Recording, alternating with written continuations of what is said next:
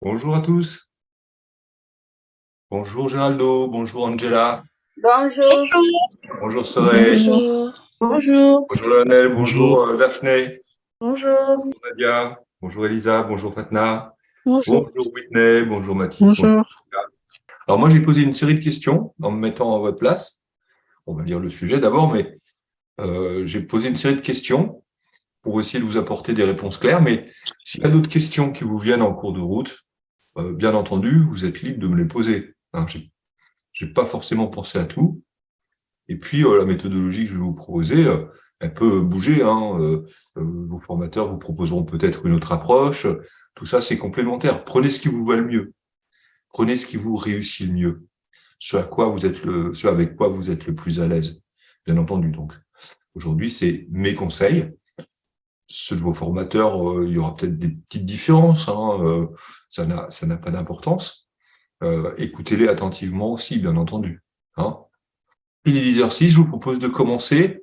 Alors, vous avez tous dans le forum, s'il vous plaît, confirmez-moi le sujet qui comporte le corpus de documents sur lequel on avait travaillé la semaine dernière et qui comporte aussi le sujet d'écriture personnelle qu'on va voir. Alors, j'ai préparé un petit document à vous partager. Voilà. Hop. Pouvez-vous me confirmer que vous le voyez? Oui. OK. Oui. Parfait. Oui. Je l'ai mis assez gros, c'est assez lisible pour vous? Oui. Alors, la première question que j'ai posée, je ne sais pas si elle est pertinente pour vous, mais c'est comment gérer mon temps, c'est-à-dire plutôt combien de temps je dois accorder à l'écriture personnelle. Mon conseil, beaucoup d'étudiants, de candidats au BTS, perdent du temps on l'avait dit la semaine dernière, mais à lire et relire les documents sans prendre de notes dans la partie synthèse. Ils mettent un temps fou à faire leur tableau de comparaison. Là, alors, vous savez, le tableau qu'on vous fait faire, qui est très utile pour la suite. Hein. Ils perdent beaucoup de temps sur les documents et beaucoup donc arrivent avec une demi-heure, 40 minutes, 50 minutes pour faire l'écriture personnelle. Du coup, ils n'ont pas le temps. Donc moi, ce que je vous conseille, c'est même conseil que la semaine dernière. Hein, vous mettez un réveil, vous le mettez sur midi et vous regardez de temps en temps sans vous stresser le temps qui passe. Et puis vous essayez de vous caler sur 2h30 pour la synthèse. Hop là, si j'écrivais bien. 2h30 pour la synthèse. Et donc, puisque c'est une épreuve de 4 heures, il faudrait quand même arriver à 1h30 pour l'écriture personnelle. Voilà. Ça rejoint deux choses. Ça rejoint premièrement le fait que la synthèse rapporte plus de points. C'est 40 points sur 60. L'écriture personnelle, c'est 20 points sur 60.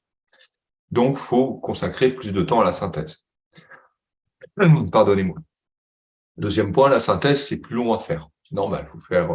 Faut lire les documents, reformuler ce que disent les auteurs dans le corpus, confronter, faire un tableau de confrontation. Ensuite, il faut rédiger. Elle doit être plus longue, la synthèse. Donc, voilà. Moi, le temps que je vous conseille, c'est 2h30, 2h45 maxi pour la synthèse, 1h30, 1h15 minimum pour l'écriture personnelle, pour aller chercher quand même les 20 points, les 20 points, une partie au moins des 20 points de l'écriture personnelle. Ça vous paraît clair pour la gestion du temps? Ça colle à peu près avec ce que vous aviez en tête?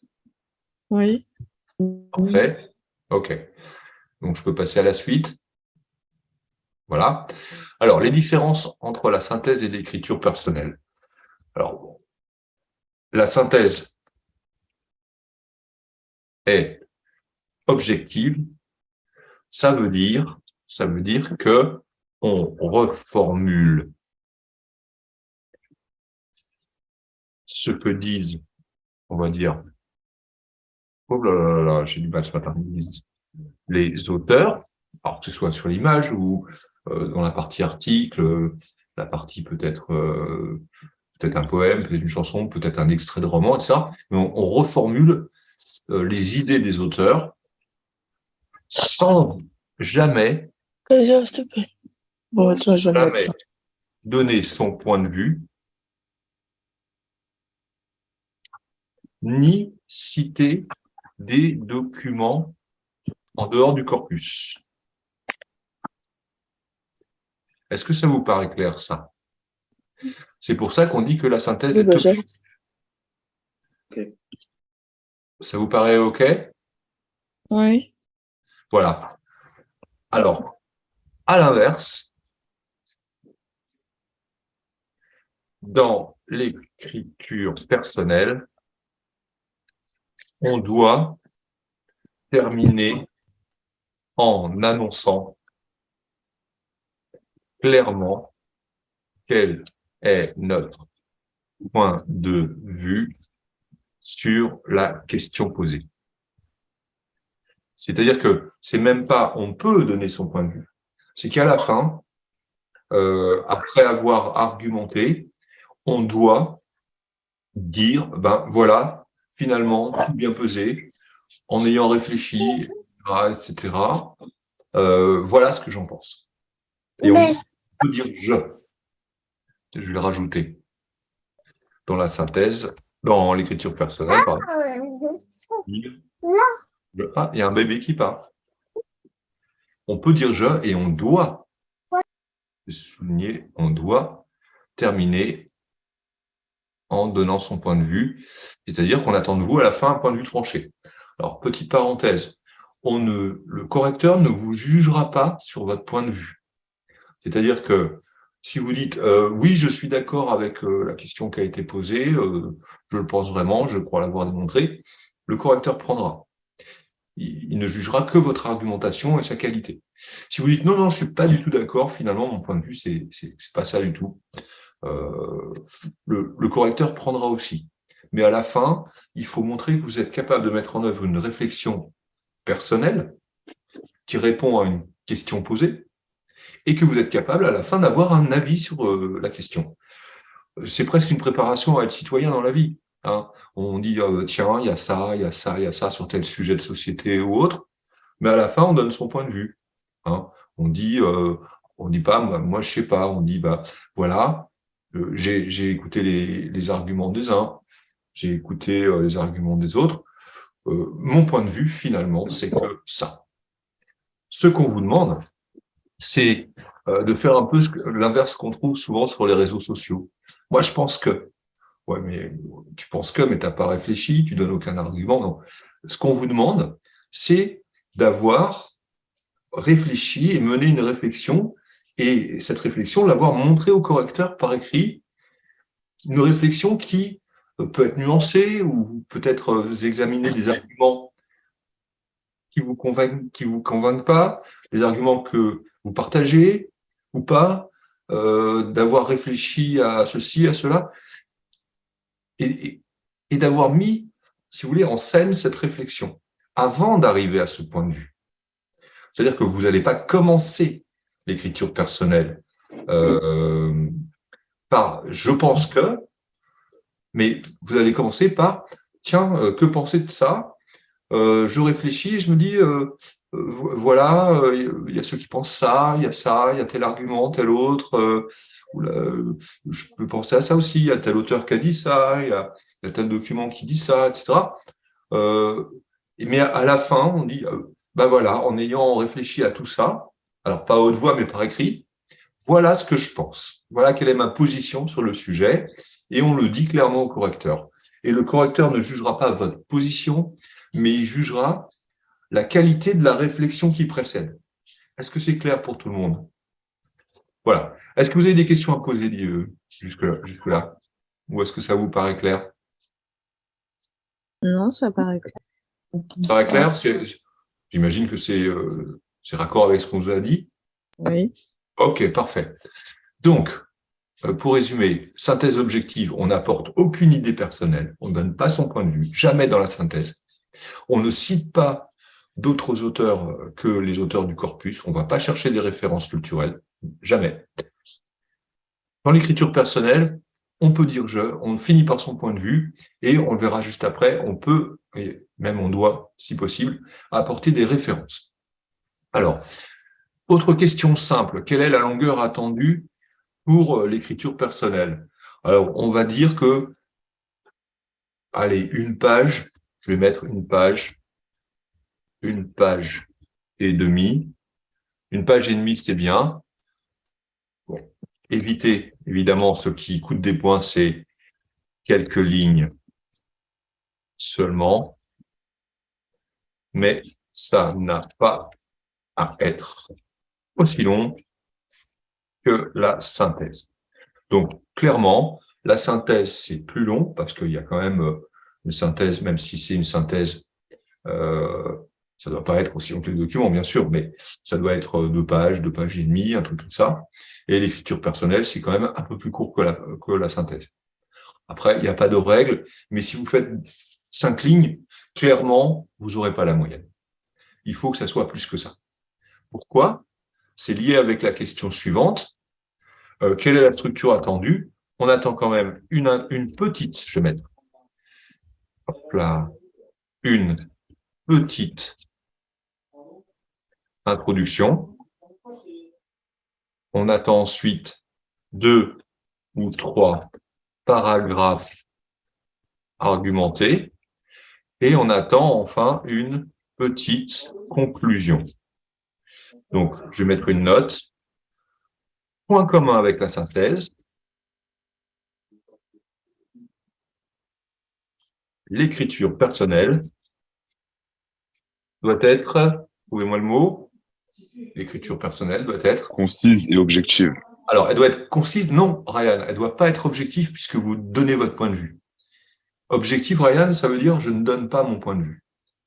Oui, l'écriture personnelle, pardon. Ouais. Oui, l'écriture personnelle, mais elle doit être, j'ai dit, une introduction, 2, 3 paragraphes. Organisé. Ordonné. Ordonné, structuré. C'est pour ça que je disais, si vous faites juste quelques lignes comme ça, mises à bout, vous n'aurez pas la moyenne. Il faut que ça ait aussi une structure, comme la synthèse doit comporter une introduction, 2, 3 parties, une conclusion. C'est le point commun avec la synthèse. On vous demande d'organiser votre réflexion, même si c'est une réflexion personnelle. Clair pour tout le monde? Monsieur, vous dites que faut pas qu'on donne notre point de vue, c'est ça? Non, je dis dans la synthèse, il est interdit de donner son point de vue. Mais dans l'écriture personnelle, perso, oui. On doit donner son point de vue à la fin. Oui, voilà, oui. Mais on doit avoir montré le cheminement, c'est-à-dire la réflexion qui nous a amené à ce point de vue. Okay. Et cette réflexion, elle doit être quand même un peu organisée. On ne doit pas mettre une ligne, puis aller à la ligne, puis une autre ligne, puis aligner. Il faut quand même regrouper ça dans 2, 3 paragraphes. Vous comprenez, Fatna? Oui, c'est bon, j'ai compris, merci. Ok. Donc, on doit donner son point de vue dans la synthèse, mais après avoir mené une réflexion qui prend une forme organisée. Petite introduction, 2, 3 paragraphes et une petite conclusion. Voilà. Alors, je vous propose d'aller... alors, pourquoi faut-il réfléchir avant d'écrire? Je vous propose un exercice que je vous demande à tous de faire. Alors, je vous donne le sujet, je vais le recopier. Ici, le sujet, c'est, selon nous, selon vous, candidat, notre maison parle-t-elle de nous? Notre maison parle-t-elle de nous? Bon. Et je vais vous proposer un exercice que je vous conseille au BTS, mais qui implique qu'on s'est dégagé quand même du temps, qu'on n'est pas en train de faire la synthèse à toute vitesse parce qu'il nous reste 10 minutes. Je vous propose un petit exercice de réflexion. Alors, j'ai noté c'est presque de la relaxation. Je vous recolle le sujet au-dessus pour que tout le monde l'ait. Je vais vous le mettre en gras, souligné, italique. Selon vous, notre maison parle-t-elle de nous? Juste avant que vous commenciez, est-ce que une maison, ça veut forcément dire une maison, un pavillon individuel avec un toit, etc., et puis un jardin autour? Est-ce que c'est dans ce sens-là qu'il faut ici entendre le mot maison, selon vous? Non. Serait, non, ça peut En être fait, quoi aussi? on a des appartements aussi, mais Oui, c'est là où on vit. Donc, c'est c'est ça. une maison. Oui, on est tous d'accord que dans le contexte, notre maison, ça ne veut pas dire j'ai forcément un pavillon individuel séparé des autres avec une clôture. Ça peut être notre maison, ça peut être notre studio, notre chambre de bonne en ville. En gros ici, on est d'accord qu'on entend tous l'expression notre maison comme notre chez moi. OK? Tout le monde est d'accord avec ça? Oui. Oui. Parfait. Super. Merci Lionel, merci Diara. Je vous propose donc un petit exercice. Pendant 15 minutes, je vous demande de ne pas aller sur Internet. De toute façon, il n'y a rien de noté, vous ne me rendez rien à la fin. C'est juste pour vous aider à vous exercer. N'allez pas sur Internet, ne téléphonez pas, ne pianotez pas sur votre portable, n'envoyez pas de texto, faites rien, si vous le voulez bien, puisque de toute façon, vous êtes censé être, j'allais dire, en cours de soutien. S'il vous plaît, n'allez pas chercher de réponse, ça ne servirait à rien. Simplement, mettez-vous, fermez les yeux si ça vous aide à vous projeter. Renoncez à la tentation d'aller surfer sur Internet ou aller envoyer des textos. Et projetez-vous, imaginez que vous arrivez dans ma maison à moi. D'ailleurs, vous voyez des choses derrière moi de ma maison à moi. Et imaginez que vous allez dans la maison d'un de vos camarades ou d'une de vos camarades. Voilà, vous imaginez, tout simplement. Vous voyez, vous arrivez, vous regardez l'environnement de la maison. Attention, la maison, notre maison, c'est pas que l'intérieur de notre maison, c'est où elle est située, notre maison. Parce que peut-être que ça parle de nous aussi. Et puis ensuite, vous entrez. Je vous demanderai d'aller d'une pièce à l'autre, parce qu'il faut penser que il n'y a pas que l'entrée de la maison qui parle de nous. Ça peut être aussi le salon, ça peut être la cuisine, ça peut être... alors, ça dépend de la taille de la maison, après. Ça peut être la chambre, ça peut être le bureau, ça peut être plein de choses. Voilà. Tenez, a priori, vous rentrez chez moi de ce que vous voyez de chez moi, c'est-à-dire pas tout. Ça parle déjà de moi ou pas, selon vous? Oui. Ouais. Pourquoi? Moi, je vous connais pas trop, mais derrière vous, il y a des livres, c'est comme...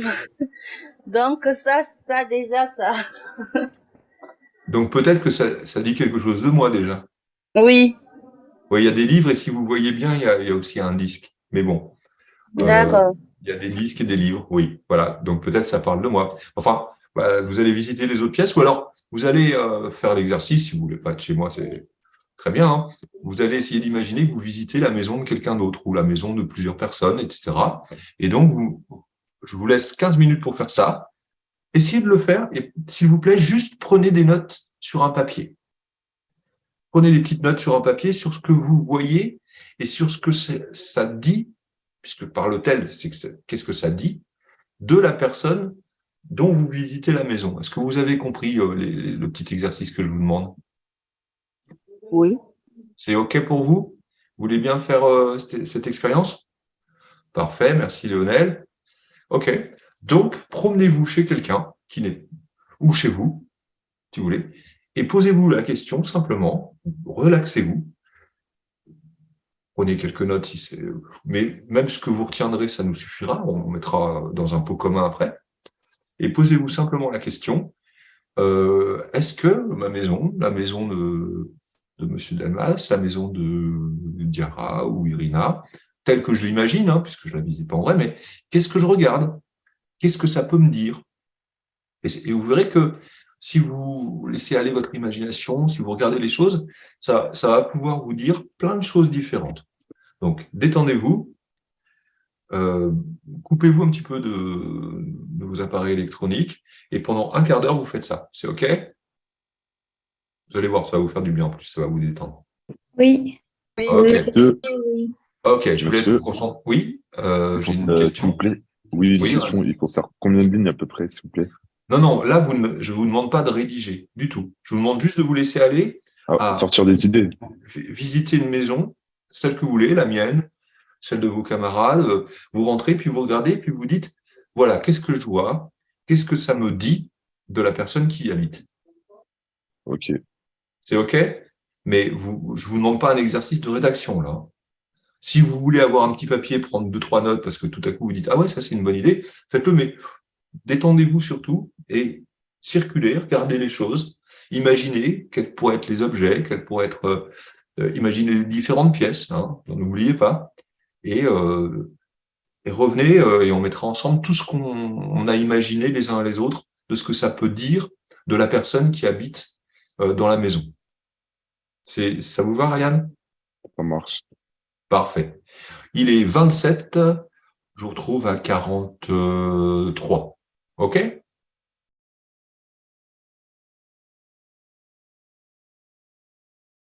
Alors, désolé de vous arrêter pendant votre rêverie, mais on va continuer un petit peu. Hein. On fera une autre séance un petit peu comme ça où vous travaillerez tout seul de votre côté, mais pas tout de suite. J'ai envie de vous poser une question. Alors, pardonnez-moi, mais ça, c'est plus de la curiosité qu'autre chose. On va faire un petit sondage. Soyez très honnête. Je ne vous connais pas. Je ne vous jugerai pas. Je voudrais savoir, par curiosité, quels sont d'abord ceux d'entre vous qui ont réussi à s'abstraire d'Internet, de leur téléphone portable pendant les 15 minutes. Ceux qui, en gros, ont réussi à se couper du monde pendant 15 minutes et à se projeter dans la maison de quelqu'un, la vôtre, la mienne, celle de vos camarades, enfin, qu'importe, d'imaginer des maisons. Faites-moi un signe, s'il vous plaît, ceux qui ont réussi. Et je poserai ensuite la question pour savoir ceux qui n'ont pas réussi. Soyez très honnêtes, je ne vous juge pas, je ne vous connais pas. Mais j'ai envie de savoir par curiosité intellectuelle. Alors, quels sont ceux qui ont réussi? Faites-moi un petit signe. OK. Je vois qu'il y a... Oui, je ne dis pas les noms, mais... Merci. Voilà.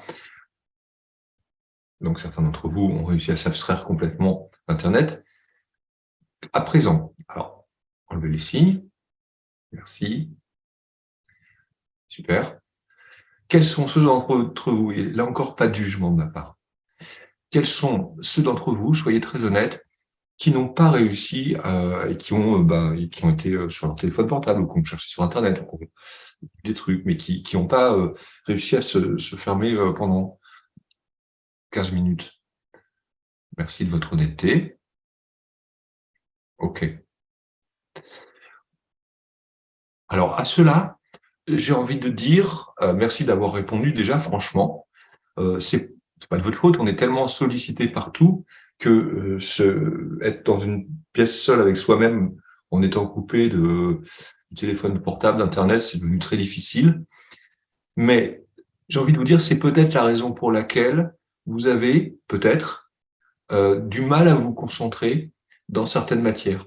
Et moi, je vous conseillerais de faire cet exercice de temps en temps, c'est-à-dire de vous dire, tiens, j'ai du temps pour moi, j'ai rien d'urgent à faire, je vais prendre un quart d'heure et je vais juste laisser mon imagination vagabonder ou réfléchir à un sujet, faire comme si j'entamais un dialogue avec moi-même ou avec une autre personne, etc., sans rien faire, sans répondre au téléphone ou sans envoyer des SMS, sans regarder mes SMS, sans regarder si j'ai des notifications, parce que peut-être que votre difficulté à faire ça explique votre difficulté à rentrer dans un sujet, par exemple, à vous concentrer, voire même dans la vie de tous les jours, à réfléchir à un problème de façon sereine, sans être sans arrêt happé par des notifications. On en reçoit tous. Hein. Moi, je sais que là, j'ai des mails qui s'accumulent pendant que je vous parle. J'ai décidé que j'étais avec vous. Donc, les mails, je les traiterai après. Mais si je décide de prendre un quart d'heure dans la journée pour réfléchir à un sujet, à une question, je ne m'éloigne de l'ordinateur, je ne regarde pas mes mails, je ne regarde pas de mes SMS ou les coups de fil qu'on a pu me passer, je le fais. Hein. Donc, pour ceux qui ont réussi, bah, très bien. Pour ceux qui n'ont pas réussi, vous en voulez pas. Hein. On est dans une société où on a des notifications de partout sans arrêt. Et où on a perdu l'habitude de réfléchir comme ça, d'être seul avec soi-même. C'est très difficile, c'est devenu très difficile. Donc ne vous en voulez pas du tout, mais peut-être que ce genre d'exercice vous aiderait vraiment à ensuite être capable de vous concentrer sur un exercice qu'on vous donne à la maison, sans être sans arrêt en train de dire au téléphone à quelqu'un ou sur un groupe WhatsApp, oh là là, je suis en train de faire tel ou tel exercice. Mais non, vous êtes pas en train de le faire. Vous êtes en train d'envoyer un message à quelqu'un en réalité. Vous voyez ce que je veux dire? Donc, ça pourrait vous faire du bien, juste un entraînement. Si 15 minutes, c'est trop, vous voulez 5 minutes, commencez par 5 minutes, 10 minutes, mais décidez que vous ne regardez rien, que vous vous coupez du monde pendant 5 minutes, 10 minutes. Et puis, voilà, restez seul avec vous-même. Ça pourrait peut-être vous aider à mieux vous concentrer dans certaines matières. Voilà, c'était une parenthèse. Je repartage l'écran parce qu'on va faire ensemble. Voilà, on va faire ensemble un brouillon. Alors, on reviendra. Est-ce que vous me confirmez que vous voyez bien mon partage d'écran? Oui, c'est bon. Ok. Oui, oui. Donc, ces deux questions, on y répondra après, si vous le voulez bien. D'accord? Pour l'instant, on va voir ce que vous avez tiré de votre réflexion les uns les autres. Je vous ai demandé de visiter virtuellement les abords, l'entrée, puis les pièces d'une maison, d'un appartement, de qui que ce soit. Alors pour reprendre le sujet, les lieux que vous avez visités dans votre imagination peuvent dire de la personne qui habite dans cette maison.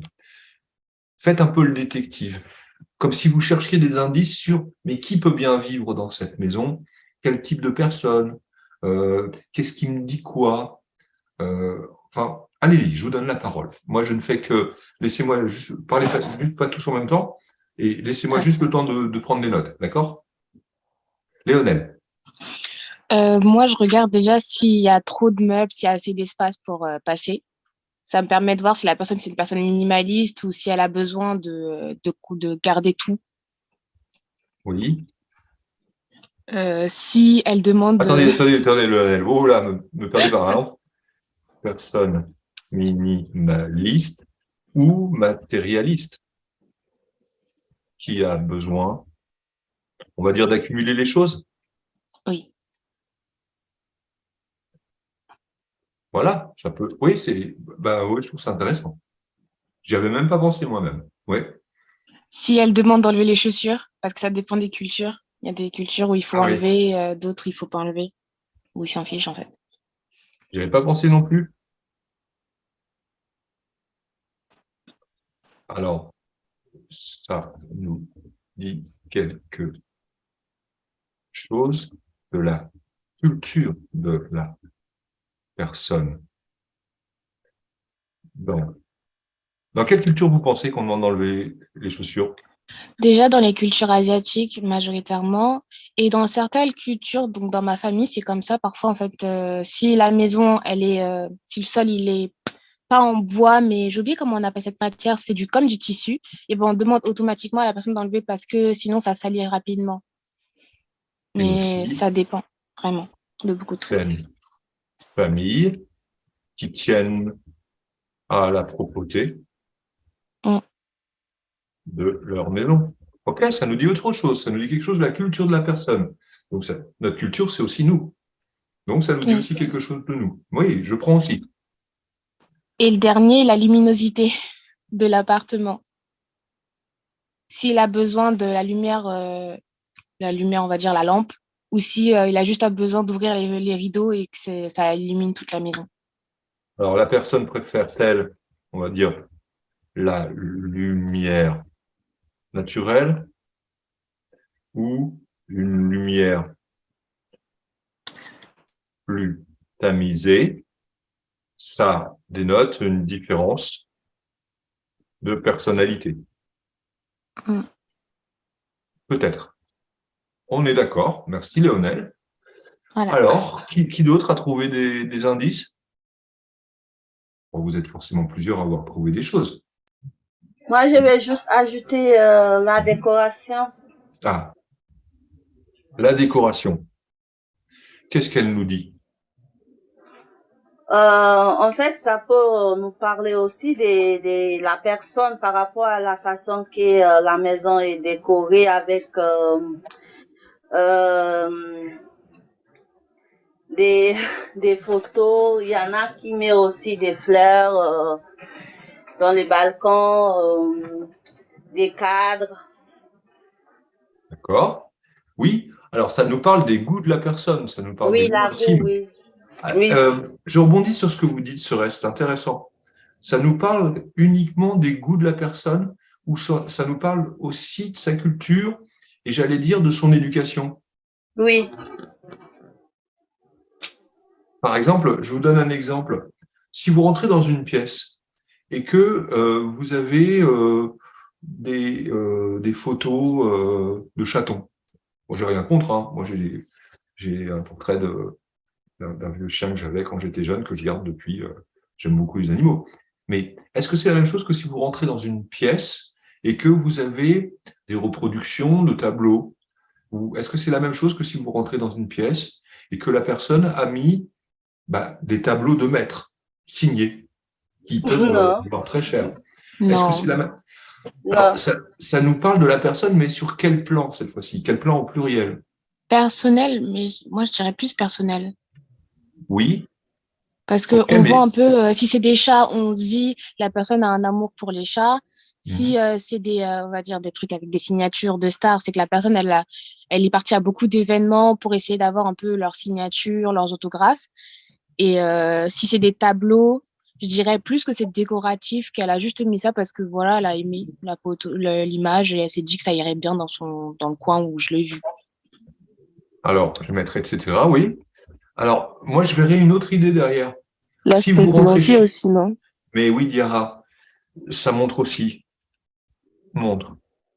également, on va dire, le comment formuler ça? Excusez-moi, aidez-moi.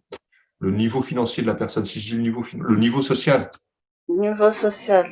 Oui, de la personne, ça peut se voir avec, par exemple, on voit tout de suite quand on rentre dans un endroit, Ouais. c'est des meubles, Les de, élégants, des l'appartement. tableaux, on va dire des tableaux de maître, pourquoi pas. Ça peut être aussi, au contraire, si je rentre dans une maison puis que je vois des cartons avec une planche posée dessus et puis des cahiers, je vais me dire, c'est quelqu'un qui est plutôt pauvre, c'est peut-être un étudiant.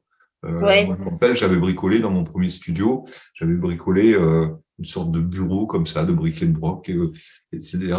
Bon, évidemment, je ne travaille plus dans les mêmes conditions, mais ça peut parler ça peut parler du niveau social de la personne, ça peut parler aussi de son âge, parce qu'on n'a ouais, peut-être pas le même intérieur en fonction de l'âge qu'on a, parce que peut-être qu'on est un peu plus riche quand on vieillit que quand on débute dans la vie, qu'on a sa première maison, si je puis dire. Hein. Moi, ma première maison était plus petite que la suivante, etc., etc. Ça peut dire beaucoup de choses. En fait, ça peut parler du niveau social, ça peut parler aussi. On peut également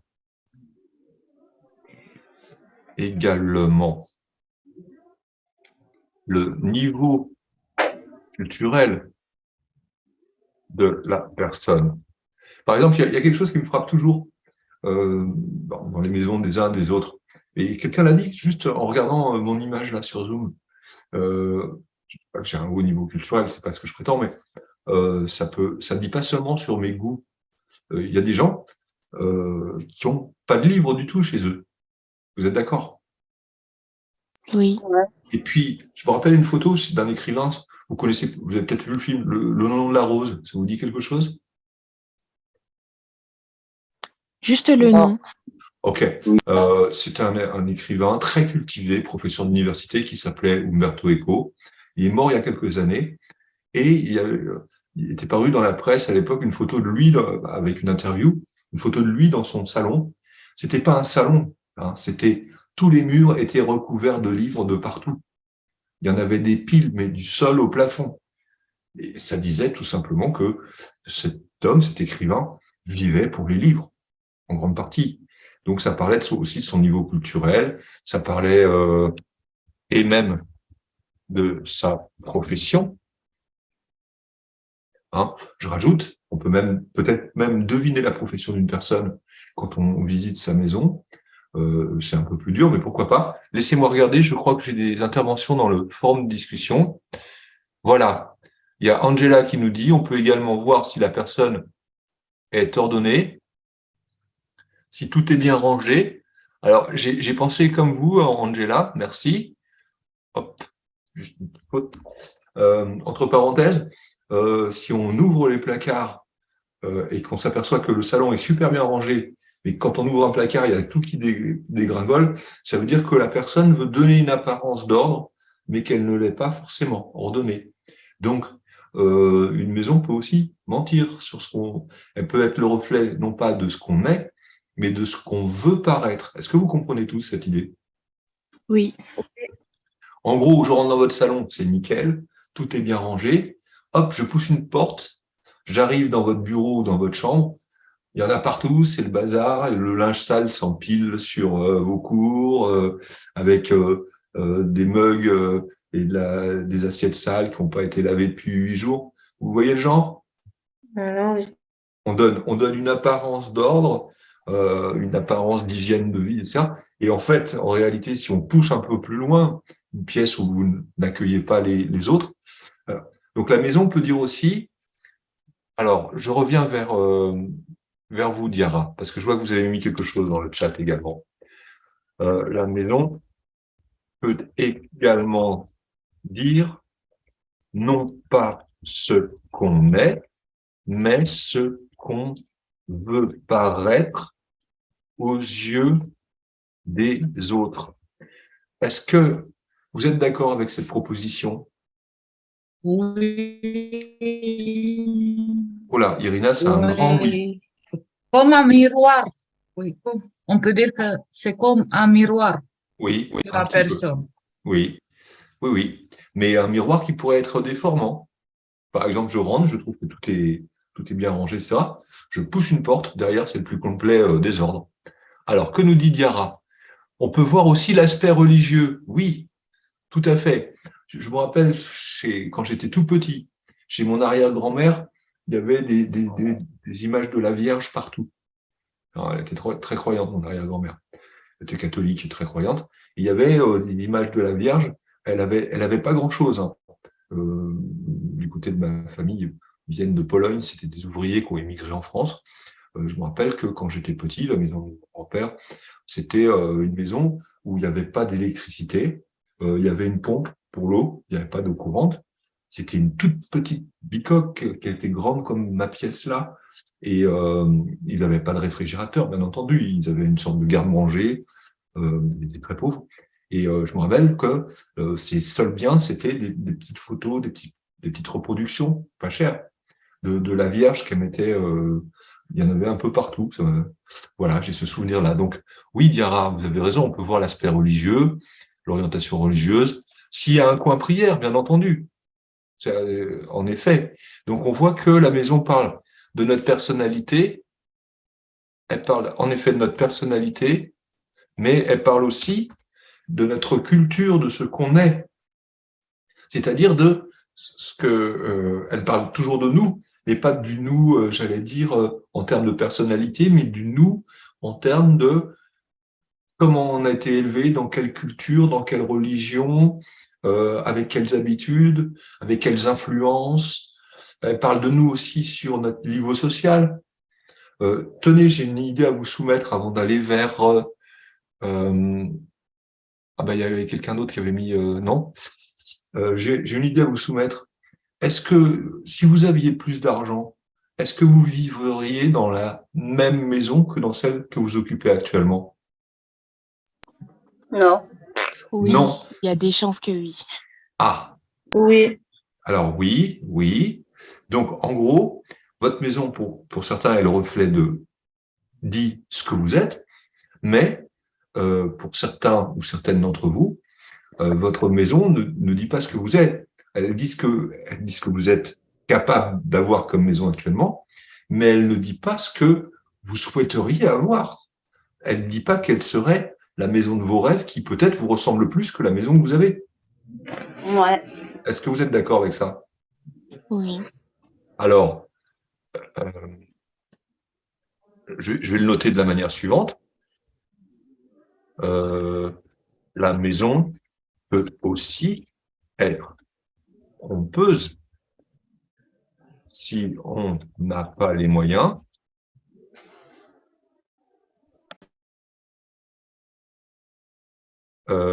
Elle peut ne pas ressembler du tout à ce qu'on est, ni à ce qu'on voudrait. J'ai pensé à quelque chose qui va vous paraître peut-être extrême aussi et idiot, mais il y a une question qu'on pourrait peut-être intégrer là-dedans. J'ai pensé ce matin, en préparant la séance, je me suis dit, tiens, j'ai pensé aux SDF, aux gens qui n'ont pas de maison. Leur maison, c'est la rue. Est-ce que ça dit ce qu'ils sont? Ça dit quelque chose d'une trajectoire, bien entendu. Ça dit quelque chose bien sûr, d'une perte d'argent, d'une souffrance sociale. Ça dit quelque chose, mais est-ce que ça dit la vraie personnalité de la personne? Non, Non, ça dit pas ce qu'est cette personne qui s'est retrouvée à la rue, peut-être parce que il a manqué de chance et que ça a été terrible, mais ça ne dit pas qui il est. Vous êtes d'accord? La maison d'un SDF, je suis désolé, mais c'est une tente sur le trottoir ou une couverture. Vous êtes d'accord avec moi? Oui. Oui, Alors, pardonnez-moi, mais est-ce qu'un SDF n'est qu'un SDF? Oui. Est-ce que c'est tout ce qu'il est? Bah non.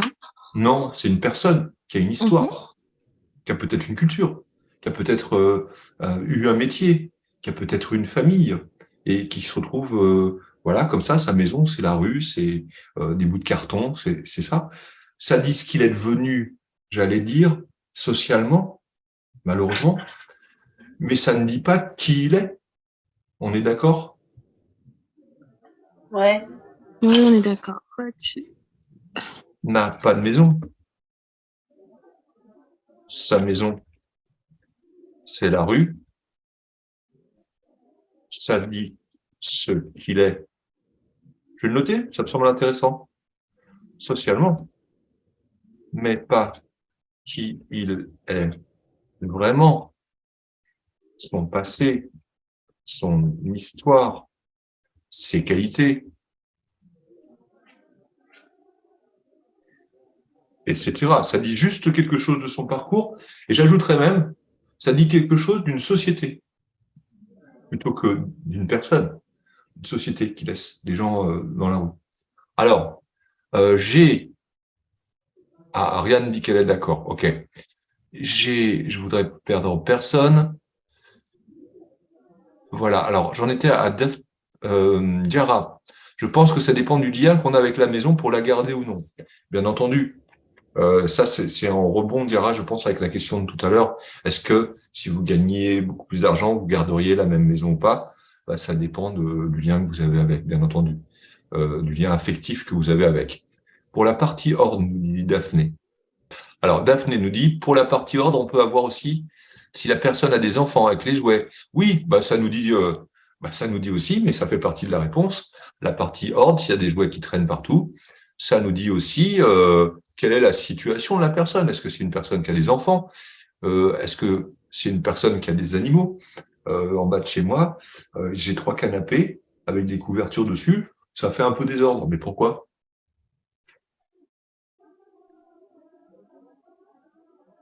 Est-ce que vous avez des chats? Ben oui, oui.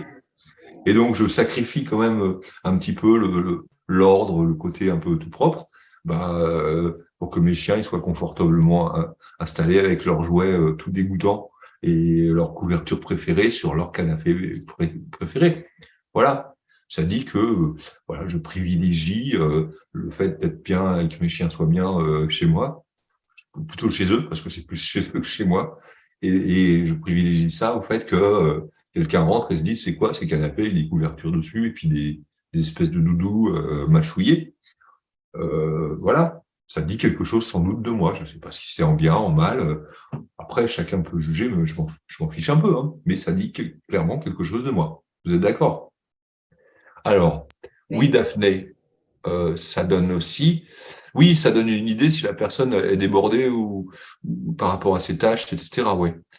Ah, Mélie nous donne une idée intéressante. L'odeur.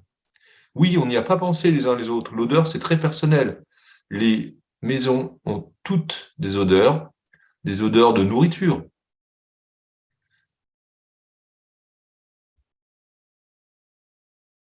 Alors, c'est peut-être quelqu'un qui aime faire la cuisine. Ça peut être une bonne odeur de nourriture quand on rentre. Donc, ça peut nous dire quelque chose de ce que. C'est quoi le néroli pardon, c'est Amélie. C'est quoi le néroli? Ah, c'est une fleur. Merci. Hop là. Fleur. OK. OK. Voilà. J'ai une nouvelle intervention. Alors, Angela nous dit, mais il existe aussi des maisons où l'on ne sent pas bien, d'où l'importance de l'intérieur d'une maison, où on ne se sent pas bien. C'est vrai aussi. Et on va reporter sur l'intérieur des choses qu'on n'a pas à l'extérieur. Merci Nadia, merci Angela, je le note. Et merci Amélie de m'avoir appris ce qu'était une nérolie.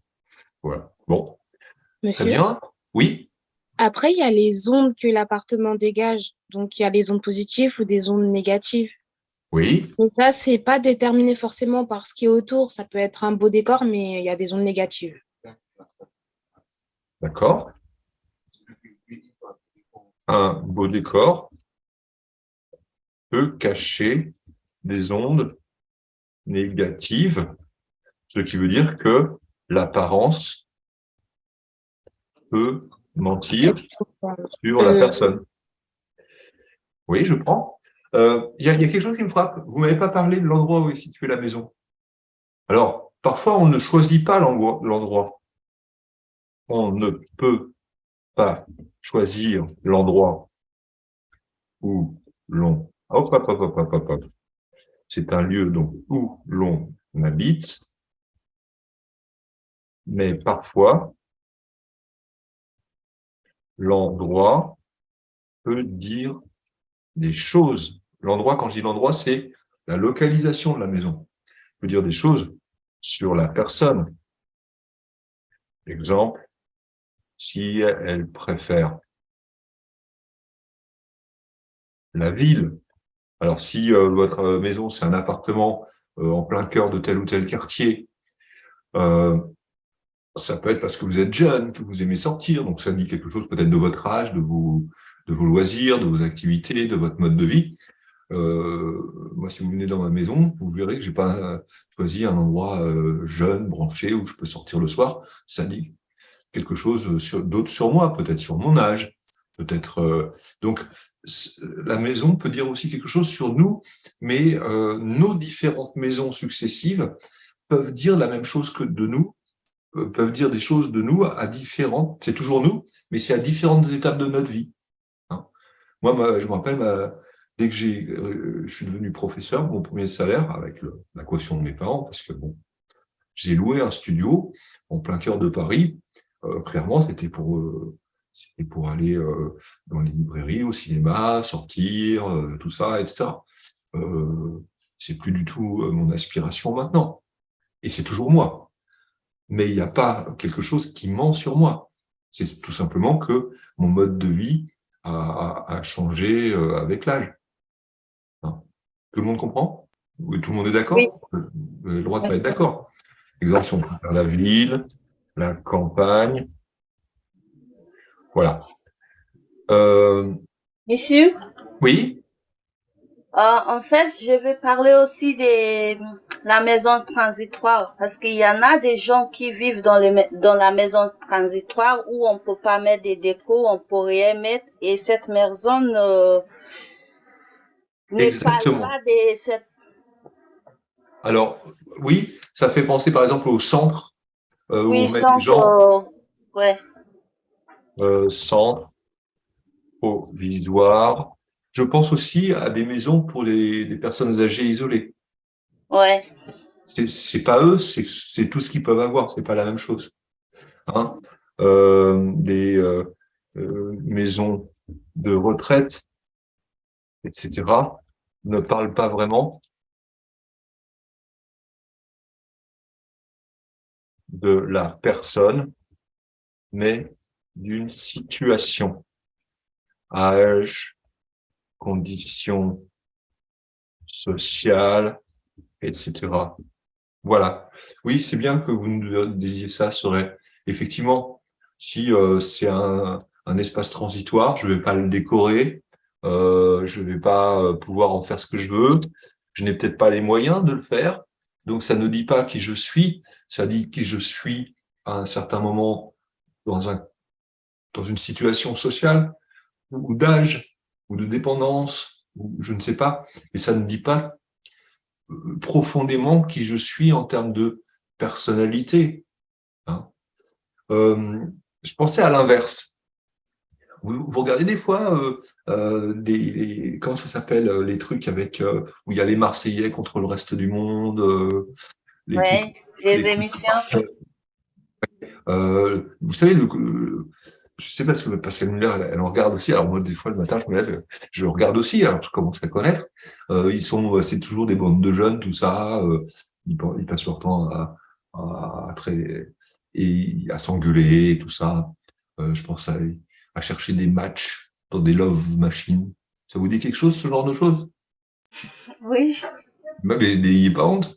Même moi, je regarde. c'est les dix coupes parfaites, ça. Oui, c'est ça. Bon, eh ben, la maison, c'est très important dans cet espace. Est-ce que ça dit ce qu'ils sont? Non, Non, ça peut être une mise en scène. non. Le principe de la télé-réalité, c'est que tout se passe dans une maison Oui. où on met des gens dedans. Mais la maison ne dit pas ce qu'ils sont du tout. Mm. Alors, on va le mettre, tiens, allez, exemple. Ça s'appelle la télé-réalité ou ça s'appelle comment ce genre d'émission? C'est dix coupes parfaites, mais c'est les téléréalités, c'est ça. Télé-réalité, voilà, ça se passe toujours dans une maison, mais ça ne dit rien des personnalités. Hop là.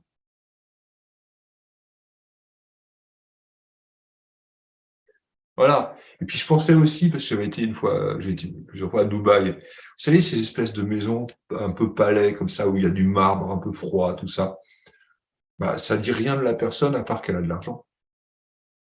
Mais ça ne permet pas de dire, bah, c'est une personne qui est gentille, pas gentille. Ça permet juste de dire, c'est une personne qui a des sous. Voilà. Alors, regardez tout ce qu'on a écrit, déjà. Est-ce que vous pensez qu'on risque de faire simplement 2-3 lignes avec ça?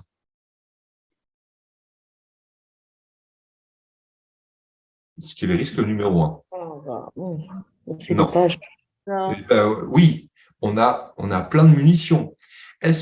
Autre question, est-ce que vous trouvez que c'est particulièrement difficile ce qu'on a dit? Est-ce que c'est des idées complètement complexes, difficiles à avoir, ou est-ce que c'est des idées simplement qu'on pourrait tous avoir en réfléchissant un petit peu à la question?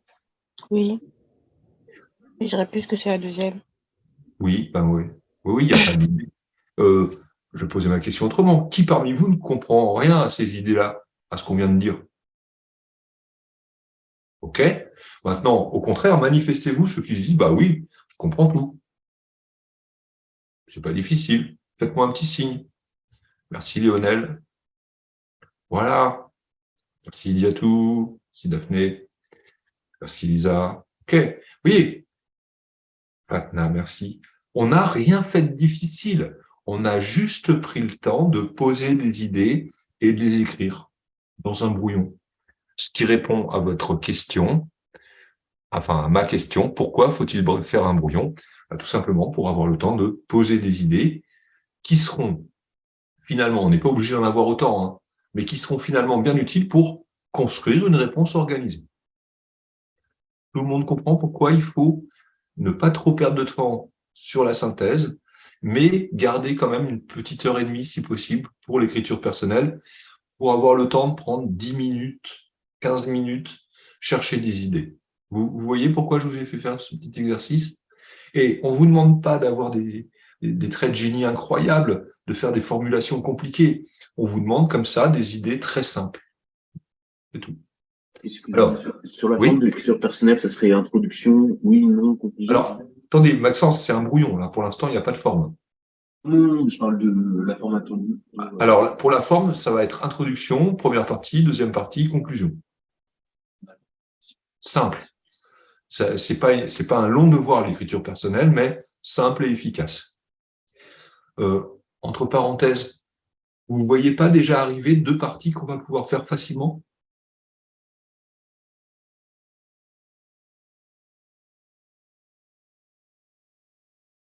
Oui. Oui, oui. Lesquelles? En fait, on va parler qui, oui et non, la maison parle de la personne et après, les endroits transitoires et les autres, on dit non, ça dit pas la personne. Bah, écoutez, moi, c'est ce qui me vient. Hein. D'un côté, que dit notre maison de nous? Bah, d'abord, elle dit ce qu'on est, hein, même si elle le dit pas complètement. Mais, et ça sera peut-être une deuxième partie, dans d'autres cas de figure, elle dit pas du tout ce qu'on est. Elle peut même mentir, ou elle peut même nous cacher l'essentiel. Voilà. En mettant vos idées comme ça sur votre brouillon, en prenant le temps de la réflexion, finalement, on se met en place un plan simple, qu'on appelle un plan concessif, qu'importe, et qui est, oui, la maison, alors je reprends le sujet, hein, notre maison parle de nous, deuxième partie, mais non, pas toujours, pas complètement, parfois pas du tout. Vous voyez pas ça? Ça vous paraît super difficile? Non. Je suis d'accord avec vous, c'est pas difficile. Mais on ne peut le faire, on ne peut trouver ces deux paragraphes, ces 2 thèmes finalement, que si on a pris le temps de réfléchir et de poser suffisamment d'idées avant. Donc, si on a eu un peu de temps pour réfléchir. Voilà. Alors, c'est aussi pour ça que vos formateurs vous font réfléchir au cours de l'année, des 2 années en réalité, sur les 2 thèmes au programme, pour que vous ayez des idées toutes prêtes qui vous viennent. Hein? Le jour du BTS, le jour de l'épreuve de culture générale, vous débarquez pas avec rien. Et il faut tout à coup avoir des idées. Vous arrivez avec une culture, avec des idées, que vous ont aidé à avoir vos formateurs au cours des entraînements, au cours des cours, etc., de discussions avec eux. Donc, vous verrez que le jour du BTS, ça arrivera beaucoup plus facilement qu'aujourd'hui où je vous prends un peu à froid, mais voilà pourquoi vous avez des cours de culture générale aussi. Il y a la méthodologie, mais il y a aussi le fait que pour trouver des idées comme ça qui vont vous permettre de faire un plan avec une structure organisée et un développement qui fera 1 page et demie, on va dire, vous aurez tout ce que vous auront dit vos formateurs, tout ce sur quoi ils vous auront fait travailler, et ce seront des idées que vous aurez de plus. Et c'est pour ça qu'il faut faire l'écriture personnelle après la synthèse.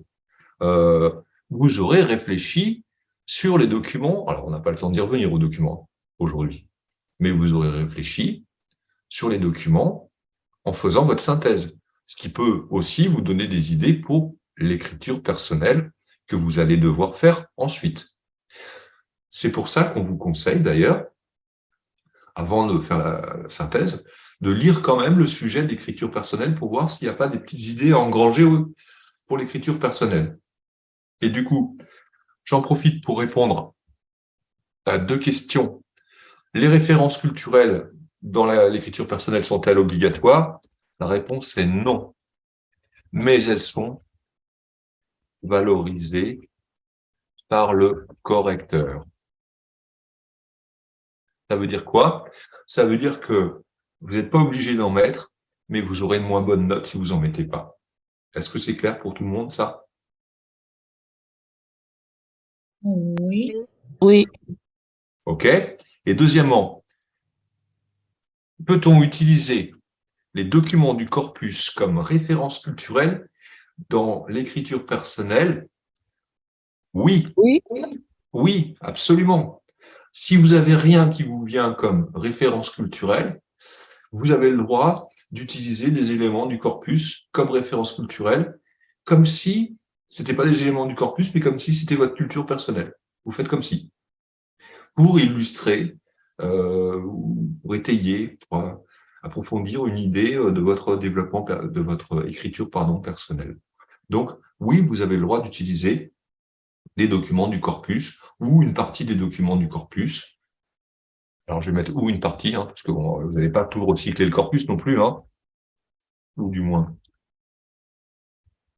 une partie. Vous avez absolument le droit de le faire. Donc, si vous n'avez rien en termes de référence culturelle, au minimum, vous pouvez utiliser les éléments du corpus. Alors, à ce stade, on a quoi? On a un brouillon. On a une idée de 2 parties possibles. Eh ben, hop, il nous reste, il nous reste à ajouter dans le brouillon, pour renforcer certaines idées, des références possibles ou des éléments du corpus. Alors, je vous l'ai mis le corpus dans le forum, tout le monde y a accès.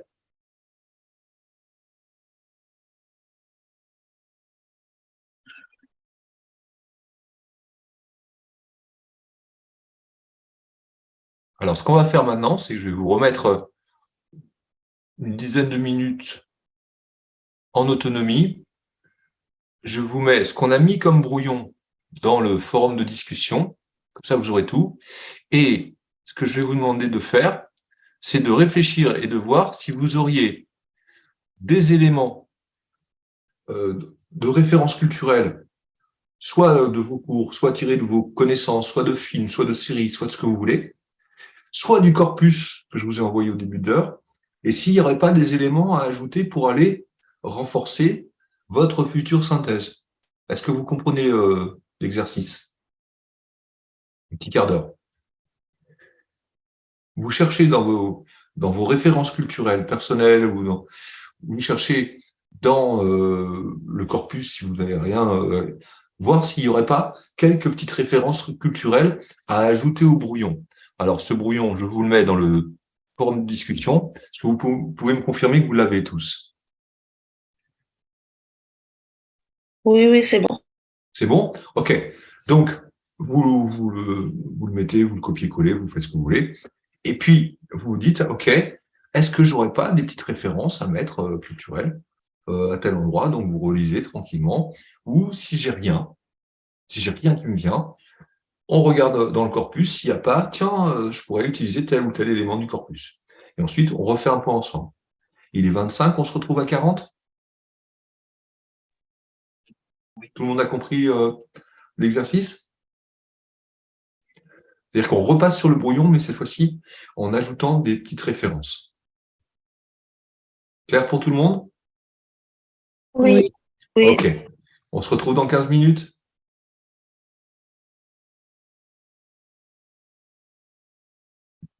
Alors, avez-vous le temps, les uns ou les autres, de retrouver quelques petites références culturelles et de les accoler avec les petites notes qu'on a faites ensemble? Moi, j'ai cherché. Oui, c'est vrai. C'est notre référence culturelle dans la maison et c'est Barbarie dans l'élégance des Monsieur du Harrison qui parle de Monsieur Ozu, la décoration c'est un homme asiatique qui a décoré sa cuisine d'une façon élégante mais avec la culture avec la culture asiatique. Alors, on est dans la partie, la maison représente un peu notre culture, c'est ça? C'est ça. Alors, dites-moi s'il vous plaît, par exemple,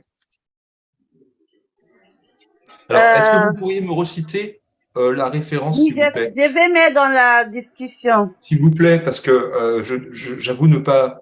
L'élégance du hérisson, je sais que c'est un roman, mais je dois avouer que je ne l'ai pas lu, que je ne connais pas l'auteur. Votre référence. Mais ça colle avec notre idée que notre intérieur, la façon dont on reçoit aussi dans la maison, dit ce que nous sommes culturellement parlant. OK, merci. bien reçu. Alors, Barberie, dans l'élégance du hérisson, montre l'élégance de Melun, notamment la cuisine. Hop là. Alors, merci Saré. Par exemple, hop, Barberie dans l'élégance du hérisson. C'est un roman, hein, on est d'accord? Donc, si c'est un roman à l'écrit, on le souligne. C'est en italique quand on imprime, mais à l'écrit, on souligne le titre. Montre l'appartement de Monsieur Ozu, notamment la cuisine, qui témoigne de sa culture. Voilà. Merci. Allez, est-ce qu'il y en aurait une ou deux autres? Oh, ça serait mieux si je savais écrire. Hop là. Culture, voilà, c'est ça. Merci, Soray. Personne d'autre? Oh, vous me surprenez. Vous n'avez pas été voir dans le corpus? Je voulais dire la même chose qu'elle, donc D'accord. Il y a aussi Edgar dans la chute de la maison Oshia. Edgar Allan Poe, c'est La chute de la maison Usher. C'est ça? Oui. Oui, qu'est-ce qu'il dit? En fait, il nous montre que la maison est personnifiée et reflète de la mélancolie de ceux qui habitent. D'accord. Alors, on va le mettre là, tiens. Edgar Allan Poe. Non, alors je le mets entre guillemets parce que si ma mémoire est bonne, La chute de la maison Usher, que j'ai lu il y a très longtemps, est une nouvelle. Alors, on va le souligner. Alors. La chute de la maison Usher, je crois que ça s'écrit comme ça, je ne voudrais pas faire une bêtise, hein, nous montre que la maison est le reflet exact de la mélancolie du personnage. Ça vous va comme ça? Oui. Très bien. Merci. Hop, et je souligne ma référence culturelle. D'autres choses? Est-ce que vous comprenez Monsieur, tous les uns et les autres qu'on est en train de faire? On est en train de mettre quelques petites références culturelles pour gagner des points. Je vois que quelqu'un me met dans le forum. Ah ben c'était, vous saurez, merci. monsieur, il y a aussi François Vigouroux qui Oui, parle de l'âme des maisons et le titre c'est Habiter une maison qui nous ressemble. François Vigouroux. Gourou Le titre c'est L'âme des maisons. dans l'âme Des maisons. des maisons. Oui. Dans l'âme des maisons, alors je vais mettre une majuscule au titre. L'âme des maisons. Qu'est-ce qu'il dit, Ariane? Il dit habiter une maison qui nous ressemble. Il dit que nous. Alors, En fait, c'est le titre du. Enfin, oui, dans l'âme des maisons, explique que l'on habite une maison qui nous ressemble. une maison qui nous ressemble. D'accord. Voilà, vous voyez, on a déjà 3 références culturelles. Hein. Ça aurait été bien d'en avoir une dans la deuxième partie. Mais c'est déjà pas mal, 3 références culturelles. Hein.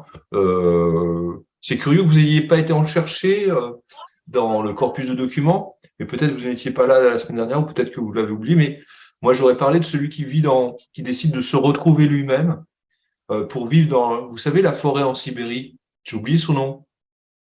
Oui, c'est Sylvain Tesson. Sylvain Tesson. Oui, Sylvain Tesson, on aurait pu en parler là en disant que, bah voilà, sa cabane dans la forêt de Sibérie, ça reflète ce qu'il pense être vraiment, ou du moins ce qu'il a besoin d'être à un moment donné. Serait, nous dit Friedrich Engels, dans la situation de la classe ouvrière en Angleterre, nous montre qu'au cœur de la ville de Londres, les mal logés, etc. Donc on va la mettre dans la deuxième partie. Merci Serait. Oui. Que ça montre que la maison ne reflète pas ce qu'ils sont, sauf sur le plan social. Ouais. Voilà. Très bien. Je l'ajoute là. Voilà. Eh ben, on a assez de références culturelles. Merci. On a même du Engels. Alors, dites donc.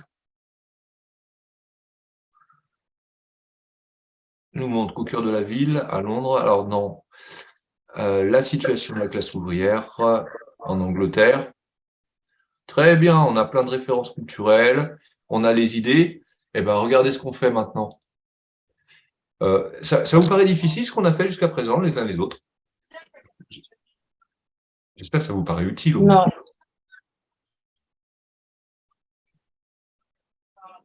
Vous voyez, on a pris un peu de temps, mais vous n'aurez pas autant de temps, mais vous aurez déjà des idées au BTS parce que vos formateurs sont là pour vous les apporter. Donc, ce qu'on fait maintenant, on a un brouillon. Regardez ce qu'on va faire. On va faire un truc très simple. Hop, on fait un copier. Parce que bon, bah là, on n'est pas sur une feuille, mais sur une feuille, on se mettrait à rédiger. Hein. Et regardez, je vais juste copier ce qu'on a fait dans la partie on rédige. Je le colle. Et qu'est-ce que je fais? Bah, je vois que c'est plutôt vers la fin qu'on a défendu l'idée selon laquelle la maison ne reflétait pas forcément ce qu'on était. Vous êtes d'accord avec ça? Alors, Oui. on va voir. Oui. D'accord, très bien.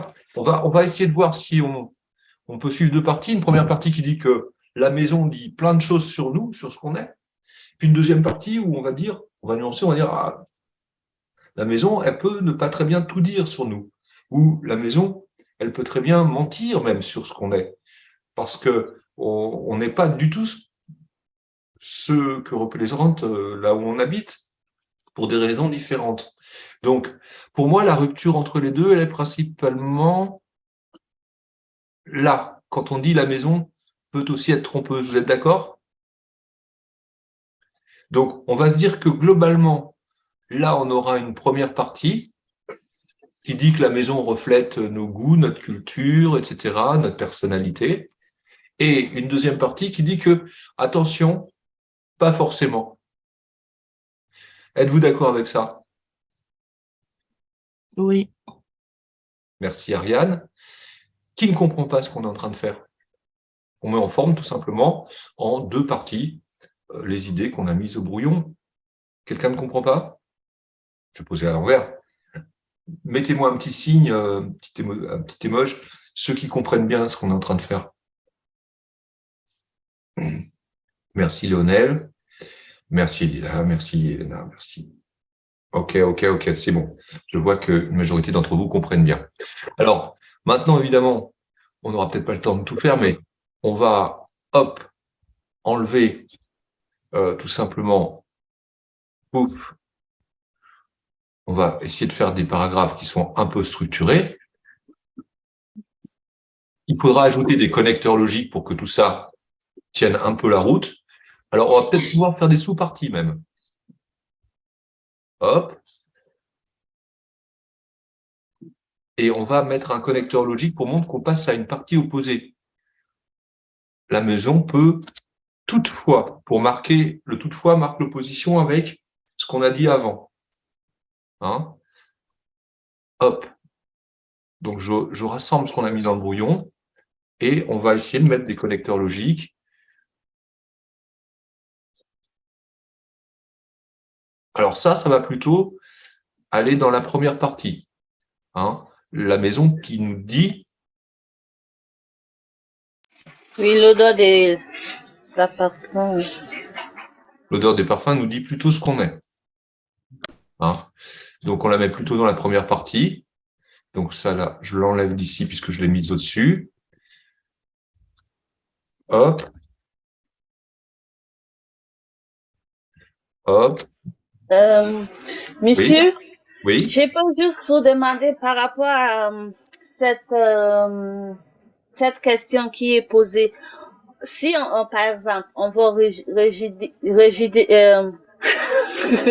de notre côté, on peut parler aussi de notre maison d'enfance. Bien entendu. Oui, on pourrait parler de ça aussi. D'accord. Alors, je suis en train tout simplement de regrouper ce qu'on a fait. Évidemment, voilà. On peut regrouper, vous voyez, on a deux parties. Moi, je trouve que c'est pas mal parce que, je ne sais pas ce que vous en pensez, vous, mais moi, je trouve qu'elles sont assez équilibrées. Elles ne sont pas tout à fait de la même taille, mais on n'a pas une partie vide avec 3 lignes et une partie avec 20 lignes. Vous êtes d'accord? Oui. Maintenant, c'est sûr qu'il faudra enlever les petits signes, il faudra mettre des connecteurs logiques, il faudra rédiger. Je ne sais pas si jusqu'à midi on aura le temps de le faire, mais il manque quoi? On a clairement deux parties. Une partie qui défend le fait que la maison dit beaucoup de choses de nous, de ce que nous sommes, et une partie qui a tendance à montrer toutefois que la maison peut être trompeuse par rapport à ce que nous sommes. Vous êtes d'accord avec cette logique? Et on a bien des choses à dire dans ces deux parties. Vous êtes aussi d'accord avec cela? Oui. OK. Qu'est-ce qui nous manque maintenant? À part L'introduction et conclusion. introduction et conclusion. Donc, dans l'introduction, c'est simple. On va tout simplement reprendre le sujet. Que dit notre maison de nous? Alors, on pourrait penser quoi, a priori?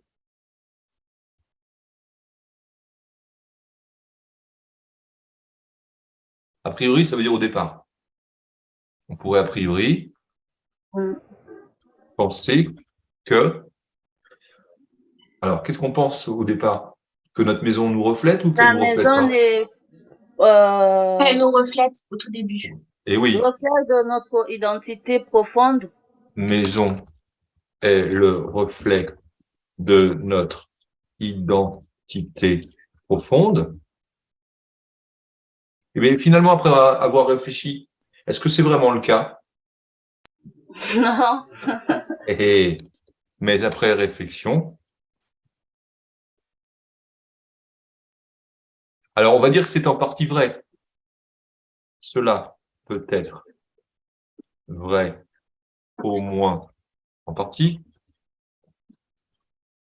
Toutefois, j'aime bien le toutefois.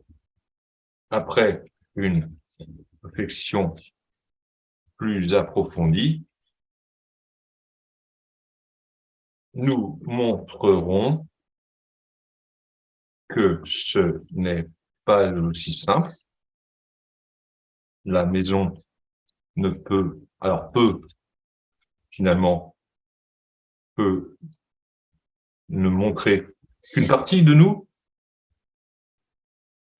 Oui. voire être trompeuse, et là on met un peu de suspense pour le jury. Hein. Je pense qu'on pourrait dire plutôt que la partie que nous voudrons, qu'on veut montrer aux gens. Parce qu'en réalité, ce qu'on montre aux gens, c'est ce qu'on veut que les personnes voient et pas ce qui est derrière, en fait. Très bien. Merci Lionel. Donc, tout après une réflexion pour nous montrer que ce n'est pas aussi simple. La maison peut ne montrer qu'une partie de nous. Montrer, alors vous allez me dire si ça trahit votre pensée ou pas, montrer plutôt ce que l'on veut que les autres voient de nous. Ça vous va, Lionel? Oui, ça va. Voire être trompeux sur ce que l'on est. Et c'est largement suffisant comme problématique et comme introduction. Est-ce difficile?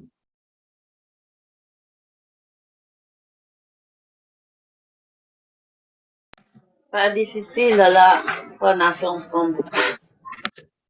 Oui, mais attendez, quand vous passerez le BTS, vous aurez fait ensemble plein de choses. Vos formateurs vous auront appris plein de choses. Donc, j'allais dire, quand vous passerez le BTS, vous serez quasiment plusieurs dans votre tête. Il y aura du monde dans votre tête. Il y aura les auteurs que vous citez, il y aura ce que vos formateurs vous auront dit, ce qu'on aura vu ensemble, votre réflexion. Donc, vous le ferez presque, j'allais dire, ensemble. Vous voyez? Il suffira d'utiliser la bonne... c'est pas peut-être, c'est cela peut s'avérer vrai. Donc peut-être, il n'y a pas de... Voilà. On a bien une introduction, d'accord? On a bien une première partie. On a bien une deuxième partie qui n'est pas petite. Hop, excusez-moi, j'ai oublié de souligner la référence culturelle. Il nous manque à présent une conclusion. Alors, qu'est-ce que vous... la conclusion, c'est très court. Qu'est-ce que vous suggérez les uns les autres?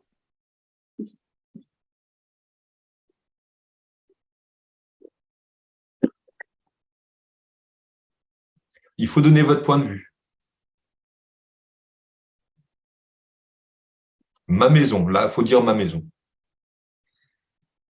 Puisqu'on attend de vous, dans l'expression personnelle, que vous terminiez par un point de vue nettement affiché. Alors, est-ce que vous diriez ma maison dit de moi ce que je suis? Est un reflet de mon identité. Alors, reprenons le sujet. Dis bien de moi ce que je suis. Cependant, est-ce que vous diriez, en visitant la maison de quelqu'un, bah, voilà ce qu'il est? Pas forcément. Cependant, je ne dirais pas forcément en visitant la maison de quelqu'un d'autre. Voilà ce qu'est cette personne, en étant sûr de ne pas me tromper. Et ce qui me paraît être une conclusion suffisante. Est-ce que vous êtes d'accord avec tout ce qu'on a fait? Oui. Alors, est-ce que vous êtes d'accord aussi que j'ai pas eu le temps, qu'on n'a pas eu le temps, désolé, j'ai peut-être pas très bien géré le temps, mais on n'a pas eu le temps de faire des phrases avec des connecteurs logiques pour les enchaîner. Ça mériterait. Alors, on va dire, je vais mettre un petit mot en rouge là, quand même. Attention, l'écriture personnelle finale doit être mieux rédigée avec des connecteurs logiques, des phrases qui s'enchaînent. Vous comprenez qu'on avait un petit travail à faire qu'on n'a pas eu le temps de faire. Donc, je mets une Et petite maintenant, note. ça nous aide aussi à finir l'écriture personnelle. J'ai pas entendu, Seray. Redites-moi. Non, j'ai dit les temps qu'on a eu nous aide aussi, nous avait aidé à définir, faire la conclusion et aussi Oui, le j'ai préféré développement.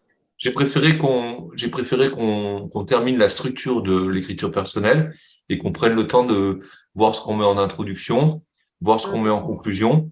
Mais j'admets que j'aurais dû viser un petit quart d'heure de plus pour tout simplement repasser là-dessus et puis peut-être même le faire en deux sous-parties, hein. Une partie sur ce qu'elle dit de nous en tant que personne et une partie de ce qu'elle dit de nous en tant que nos influences culturelles et religieuses, par exemple. Vous voyez? De même que là, j'aurais pu trouver deux sous-parties. Ça aurait été peut-être mieux. Mais en tout cas, il faudrait, ça demande à être rédigé. Mais est-ce que vous avez compris en gros la méthode?